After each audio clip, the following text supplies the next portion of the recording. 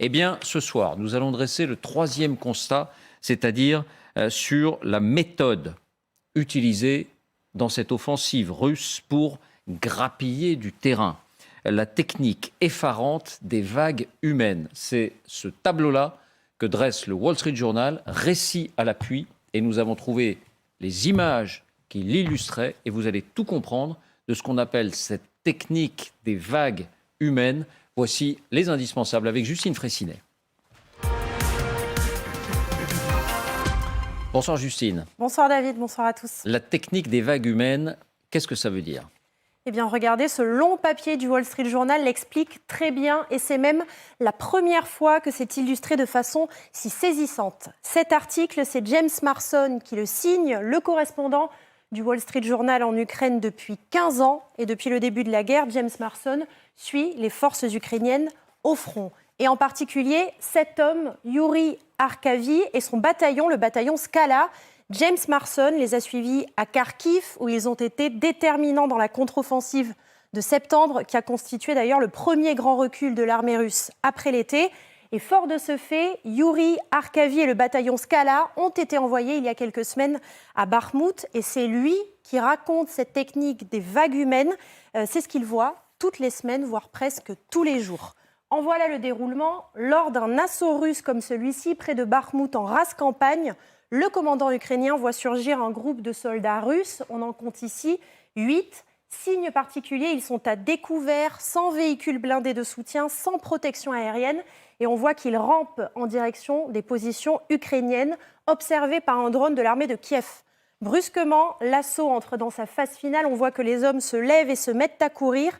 Cet homme que l'on voit a repéré le drone de reconnaissance ukrainien et lui tire dessus. Mais il est trop tard, l'artillerie a déjà été prévenue, ils sont repérés et quelques secondes plus tard, ils sont visés. Beaucoup meurent, certains sont blessés, tous en tout cas sont mis hors de combat. Que se passe-t-il ensuite ? Eh bien, 10 minutes plus tard, un deuxième groupe surgit exactement au même endroit. Certains soldats sont cachés, on le voit, dans des trous d'obus, puis ils se mettent en mouvement en direction de l'ennemi. Sur cette image, nous en avons compté 9. Encore une fois, ils sont à découvert. Encore une fois, ils sont vite repérés et visés par l'artillerie. Et encore une fois, ils sont presque tous tués ou blessés en quelques minutes. Alors, est-ce un échec ? Est-ce un raté, comme le considéraient sans doute beaucoup d'armées du monde ? Eh bien, pas du tout. C'est la stratégie de Moscou sur le front. La Russie gagne du terrain avec une tactique de l'armée soviétique pendant la Seconde Guerre mondiale, le déploiement de vagues d'hommes. Yuri Arkavi raconte même que bien souvent, un autre peloton d'une dizaine ou d'une vingtaine d'hommes prend la suite, 10, 20, 30 minutes plus tard. Au total, il va donc parfois défiler jusqu'à 70 Russes dans la journée. Voilà, c'est à la fois saisissant et effrayant. Est-ce que ça marche ? Est-ce qu'ils gagnent du terrain ? Est-ce que l'armée russe gagne du terrain de cette manière-là ? Bien, ça dépend de ce que l'on attend comme résultat. En tout cas, les gains existent, mais ils sont extrêmement lents et extrêmement faibles. Autrement dit, on sacrifie des dizaines et des dizaines, des centaines d'hommes même pour gagner quelques mètres. Voilà en quoi consiste cette stratégie des vagues humaines, racontée pour la première fois si concrètement. Est-ce qu'on a une idée des pertes russes avec une telle stratégie ? Oui, on en a une idée et elle est vertigineuse. La Russie, évidemment, ne communique pas sur ces chiffres, mais d'après les observateurs, le recensement régulier du ministère ukrainien de la Défense est plutôt fiable. Et il affirme par exemple que pour la seule journée du 6 février, lundi, on compte 1030 morts côté russe en 24 heures, armée régulière et Wagner confondus, essentiellement sur ce front du Donbass. Les services de renseignement ukrainiens, eux, estiment qu'au total, depuis le début de la guerre, 200 000 Russes ont été mis hors de combat, c'est-à-dire tués ou blessés. Et pourquoi, c'est la question qui vient à l'esprit, pourquoi les troupes russes font-elles cela ? Pourquoi est-ce qu'elles adoptent cette stratégie ? Bien, cette question, elle a longtemps hanté les forces ukrainiennes. Comment peuvent-ils aller à une mort certaine ? Et pourquoi, s'interroge d'ailleurs Nemo. C'est l'un des hommes du bataillon Skala qui a été interviewé par le Wall Street Journal. Eh bien, la réponse, semble-t-il, est relativement simple. Toujours d'après le Wall Street Journal, les Russes ont plus peur des représailles de leur propre camp pour ne pas avoir avancé que des troupes ukrainiennes. En clair, ils ont peur que leurs camarades leur tirent dessus s'ils reculent. On sait que c'était une pratique courante dans l'armée soviétique et que c'est encore plus vrai dans la milice Wagner, qui, on le sait, largement représentés dans les troupes russes. Merci Justine. C'est assez effectivement saisissant. On avait entendu parler de cette stratégie grâce à nos confrères du Wall Street Journal et grâce à vous Justine. C'est peut-être la première fois qu'on la touche du doigt de façon aussi concrète. Ulrich Bouna, la question qui vient à l'esprit, c'est est-ce que cette stratégie-là est généralisable et est-ce qu'elle est durable? Tout simplement parce que quand on voit ces chiffres, 1000 morts, quand on voit ces scènes, on se dit c'est pas possible que ce soit praticable sur la longue durée. Alors, je pense qu'effectivement, c'est pas généralisable. Hein. Au bout d'un moment, il y a quand même des pertes qui sont beaucoup trop élevées. Après, ce qu'il faut bien comprendre, c'est que la bataille de Bakhmout, elle n'est pas livrée exclusivement par l'armée russe. Elle est livrée beaucoup par Wagner. Wagner, c'est à peu près 50 000 hommes, essentiellement des repris de justice. Alors, il y a des mercenaires de métier, mais beaucoup de repris de justice. Et effectivement, la stratégie de Wagner, elle est très claire. C'est une stratégie d'envoi massif de soldats pour essayer de débusquer parce que c'est ça, en gros, que font ces personnes, enfin, ces soldats russes, c'est d'essayer de trouver où se situent les forces ukrainiennes pour qu'ensuite l'artillerie russe bombarde, en fait, ces positions ukrainiennes. Attendez, ça c'est intéressant, c'est-à-dire que ils servent d'appât en quelque sorte. En quelque sorte, tout à fait. Grâce à eux, on repère les positions d'artillerie ukrainienne qui viennent de les bombarder et on tente de les atteindre. Tout à fait, effectivement. Et en gros, les premières forces, les premières lignes qui partent, la première dizaine d'hommes, en général, partent avec des armements un peu plus lourds sur eux. Et comme ça, s'ils meurent, en fait, en gros, la vague d'après peut récupérer ces armements lourds, etc. Donc c'est effectivement, c'est une vraie boucherie hein, d'un point de vue humain. Mais c'est... Enfin, en tout cas, de ce qu'on peut comprendre, on a vraiment l'impression que c'est quelque chose qui est très spécifique à Bakhmout et qui est probablement lié au fait que c'est Wagner qui est en fer de lance de cette opération. Et Wagner, finalement, sa caractéristique principale, on va dire, c'est d'avoir beaucoup d'hommes. Et des hommes dont, effectivement, on peut disposer de façon oui, c'est aucun respect simple. Pour la vie humaine. Exactement. Le respect pour la vie humaine, Exactement. La considération de la vie humaine est encore inférieure à ce qu'elle est dans l'armée russe. Exactement. En revanche, sur des offensives qui ont lieu actuellement sur Vuhledar et Kremina, donc deux autres villes du Donbass, on constate beaucoup plus de blindés qui interviennent. Donc, ce qui laissera à penser que ces opérations-là étant sous le contrôle de l'armée régulière russe, il serait prêt à mettre un peu plus de blindés sur le tapis. Mais effectivement, plus globalement, en fait, les pertes russes sont effroyables en fait, dans le Donbass, avec ou sans blindés. Et effectivement, mais je pense que c'est aussi lié au fait que le seul argument finalement qu'a la Russie actuellement, c'est un argument quantitatif et plus qualitatif. Ils ont repris la masse de soldats. Exactement. La masse de soldats. On remercie Baptiste Amossé qui nous a beaucoup aidé à trouver ces images qui permettent encore une fois de bien comprendre ce qui est en jeu. Votre lecture à vous, François. Alors d'abord, le travail qui a été fait est formidable. Hein. Bravo à l'équipe, bravo aussi au Wall Street. Et un bémol, et puis ensuite une explication. Le bémol, 1000 soldats par jour, c'était le taux moyen de perte quotidienne de l'armée française entre 1914 et 1918. On avait 5 millions de personnes au front. Et Dieu sait, s'il a saigné, on s'en souvient encore. Il est évident qu'une armée comme l'armée russe, avec ses quelques centaines de milliers d'hommes, pas 5 millions, ne peut pas gérer 1 million de morts. Et donc, 1 millier, oui, de morts. Bah oui, et 3 ou 4 milliers de blessés, puisque c'est le ratio habituel, pendant plus de, 3 semaines. Ben non, ça ne marche pas. Et autrement dit, les pertes, je pense, sont inférieures aux chiffres qui sont indiqués. Et je ne pense pas que ce soit forcément rendre service à la discussion que d'exagérer les pertes. Par contre, les phénomènes qui sont évoqués sont tout à fait réels. Alors, au plan tactique, ça a été très bien expliqué pourquoi les Russes font ça. Mais il y a aussi un objectif stratégique. L'objectif stratégique pour les Russes, c'est de maintenir les Ukrainiens en situation de déséquilibre. C'est le sens des combats à Vuhledar, dans la région de Kremina, et ainsi de suite. Empêcher les Ukrainiens de préparer leur contre-offensive du printemps. Donc, ce n'est pas totalement absurde. Simplement, François, avec une stratégie comme celle-là, on peut arriver à prendre une ville comme Bakhmout. J'allais dire, Bakhmout, tout le monde s'en fout. Tout le monde s'en fout, mais pas les Russes. Non, Pas les Ukrainiens. Non, mais je veux Pas dire, les Ukrainiens. la bataille se déroule là où elle se déroule. Et le fait de la gagner a une importance très importante pour les uns, et le fait de la perdre a une importance non moins importante pour celui qui la perd. D'un point de vue politique ou Mais- symbolique, mais pas militaire, on est d'accord. D'accord. Trifouilly-les-Oies fait l'objet d'un siège absolument épouvantable depuis plusieurs... C'est pas Mariupol. Mariupol avait un intérêt intrinsèque majeur. Là, franchement, Bakhmout, Oui. c'est facile à prononcer, donc tout le monde dit Bakhmout, mais là, en soi, on est dans un rayon de 10 km autour de Bakhmout. bah, exactement, c'est minuscule, c'est picrocolin, mais à la sortie, au printemps, qu'est-ce qui se passe? Est-ce que les Ukrainiens ont pu monter ou non un dispositif de contre-offensive Oui. ou pas? C'est là-dessus que risquent d'être jugés les responsables militaires qui mènent ces combats ignobles, parce que c'est ignoble. évidemment, c'est ignoble, c'est la boucherie. Anne, Isabelle, je vous donne la parole dans un instant, mais question, François Hesbourg, face à cela, de quel type d'armes auraient besoin les Ukrainiens? Est-ce qu'ils auraient besoin de chars? Est-ce que ça pourrait faire la différence dans ce cas-là? Est-ce qu'ils auraient besoin d'avions? Est-ce que ça ferait la différence dans ces cas-là? Vous êtes à côté de la plaque. Je fais une réponse très simple. Aujourd'hui, je dis bien aujourd'hui, hein, pendant 3 mois, c'est les munitions. C'est pas Les armes, munitions. c'est les munitions. Plus d'obus pour les Césars, plus d'obus pour les Excalibur, plus d'obus, etc. C'est afin que les Ukrainiens puissent répliquer à un rythme comparable à celui de l'artillerie russe.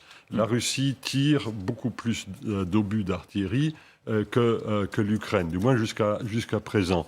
Par contre, pour le printemps, pour les opérations de la guerre de mouvement, parce que chacun part du principe, à Moscou et à Kiev, que la guerre de mouvement va reprendre, et à ce moment-là, il faut des chars, il faut des chars. D'accord. Donc, C'est très clair. la réponse est d'abord des munitions, et puis il faut entraîner les équipages et les gens qui entretiennent les léopards et autres chars qui vont être livrés dans les mois qui viennent. Anne, ce qui frappe quand on voit ces chiffres-là, quand on voit ces scènes-là, même si les chiffres sont exagérés, c'est qu'encore une fois, tout le monde avait dit, vous verrez, un jour, quand les corps des soldats vont revenir par centaines, vous entendrez les familles russes, vous entendrez les mères russes protester. Rien de tout cela ne se produit aujourd'hui face à des stratégies comme celle-là. Alors, la première chose que je voudrais souligner, c'est le problème de la vie humaine, le prix de la vie humaine en Russie, et ce n'est pas quelque chose de nouveau.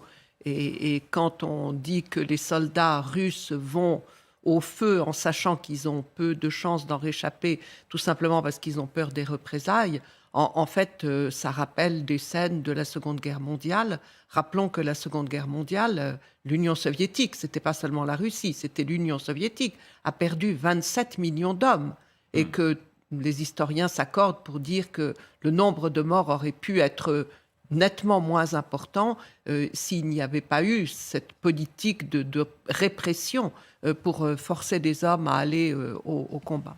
Alors moi, quand je vois ça, la grande question que je me pose, et ça rejoint ce que disait François Hesbourg il y a l'instant, dans les premiers mois du conflit, on a bien vu que les revers subis par les Russes étaient entre autres liés à un problème d'effectifs.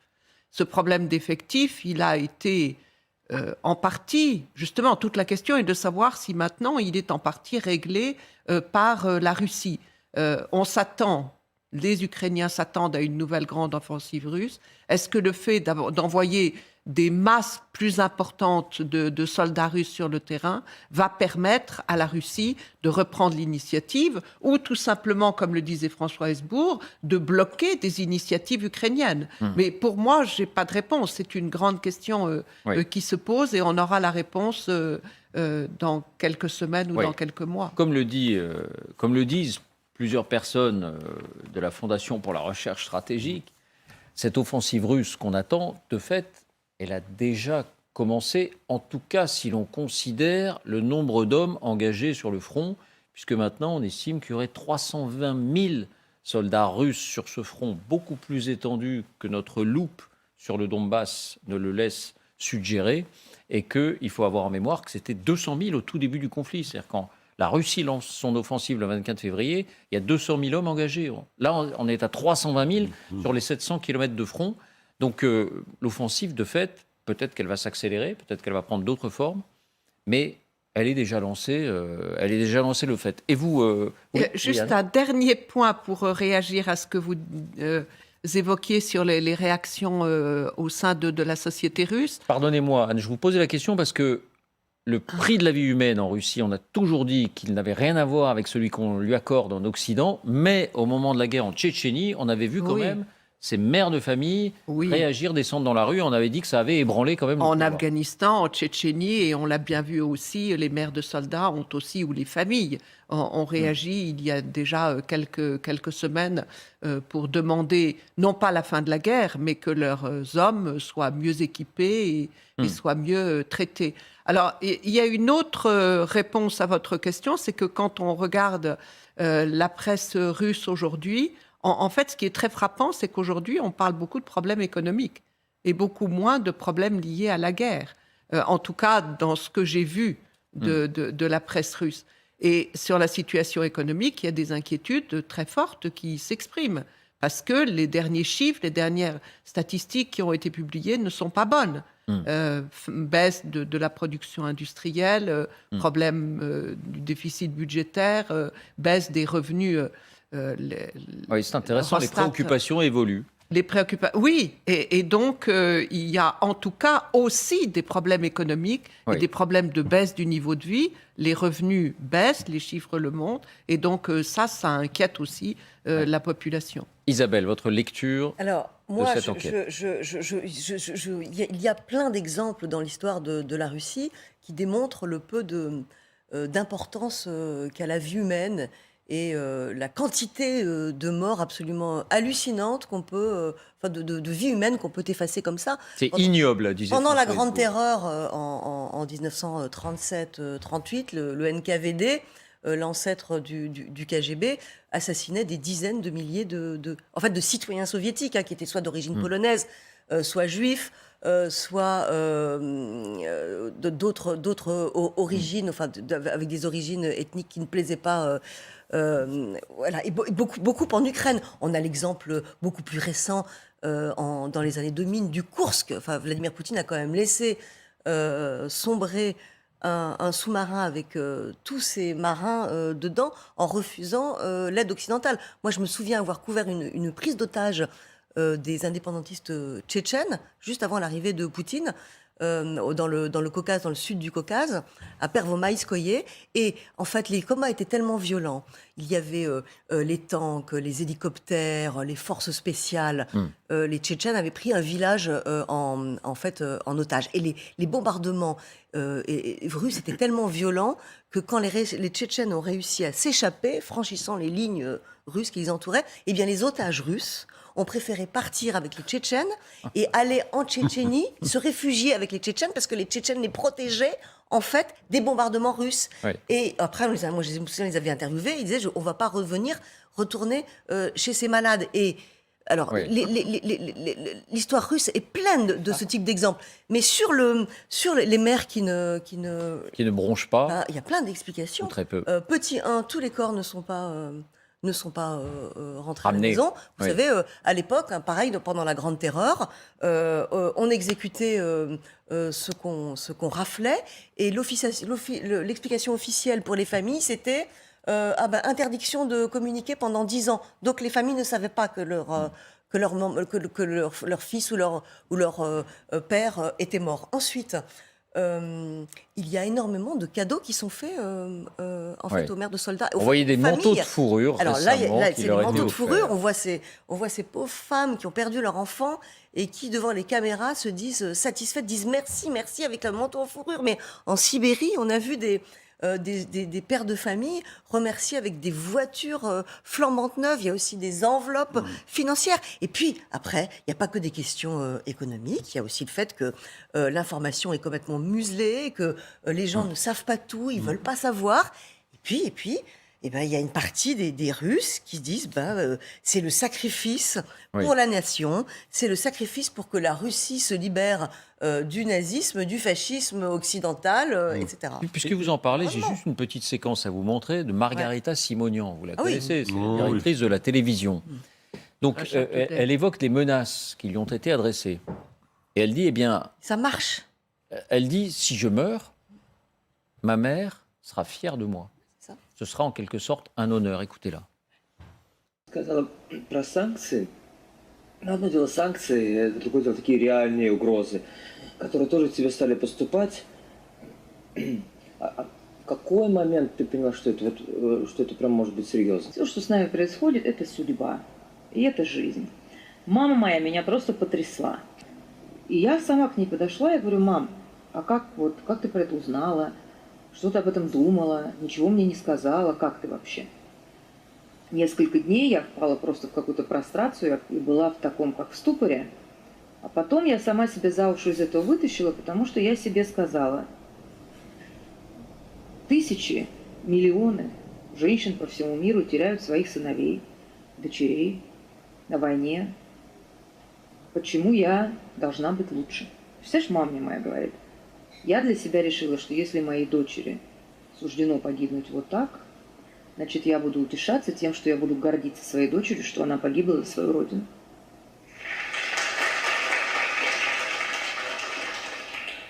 Мамочка моя. Voilà, montage et Nora Le Maire dit. J'ai une dernière question militaire, puis on va avancer. On comprend que ces soldats sont envoyés quasiment sans aucune chance de survivre pour servir d'appât pour repérer l'artillerie ennemie. Pourquoi est-ce qu'on n'envoie pas... pardon, hein, c'est une question, je n'y connais absolument rien, donc, mais pourquoi est-ce qu'on n'envoie pas des véhicules blindés qui éviteraient au moins de sacrifier une vingtaine d'hommes à chaque fois? Les Parce hommes qu'ils coûtent les ont moins- pas les hommes coûtent moins cher. Voilà, c'est ça en fait. C'est beaucoup plus triste à dire, simple. mais Ah bah voilà, Mais les hommes n'oubliez- coûtent moins cher. Mais lorsque vous posez la question, David, sur la société russe, il y a moins de soldats russes se battant en Ukraine aujourd'hui, les 320 000 que vous évoquiez, qu'il n'y avait de soldats français en Algérie en 1956-57. On en était à plus de 400 000. Et la société française ne s'était pas révoltée. Et les types se faisaient quand même dézinguer. Il y a 25 000 conscrits qui sont tombés en Algérie. Et la France n'avait que le tiers de la population actuelle de la Russie. Donc, pour déranger une société aussi importante que la société russe, 140 millions d'habitants, il n'y a pas la mobilisation générale. Il n'y a pas les conscrits ne sont pas systématiquement envoyés sur le front. Autrement dit, pour l'instant, Poutine veille à ce que le sentiment de la guerre, le ressenti de la guerre, reste du niveau des fanfaronnades de Madame Simonian et non pas au niveau de chaque foyer. C'est sur ces images que vous vouliez réagir? oui, et je voudrais juste ajouter un petit élément aussi par rapport à cette réaction de la société russe, c'est qu'effectivement, je suis complètement d'accord avec vous, Vladimir Poutine fait tout pour que la mobilisation se ressente le moins possible, mais par contre, il y a eu quand même une répression féroce en fait, envers les comités de maires qui bien sûr. étaient établis auparavant et qui ont tous été plus ou moins bannis en fait, en tout cas qui n'ont plus le droit de s'exprimer. Et donc ça a complètement atomisé aussi en fait finalement les différents comités de mères de famille qui du coup maintenant se regroupent un petit peu parce que elles font partie du même quartier, etc. Mais du coup, cette répression féroce, ça se fait aussi que la société civile a beaucoup plus de mal à s'organiser, quand bien même elle voudrait protester contre les cercueils qu'on leur envoie. Bien, dernier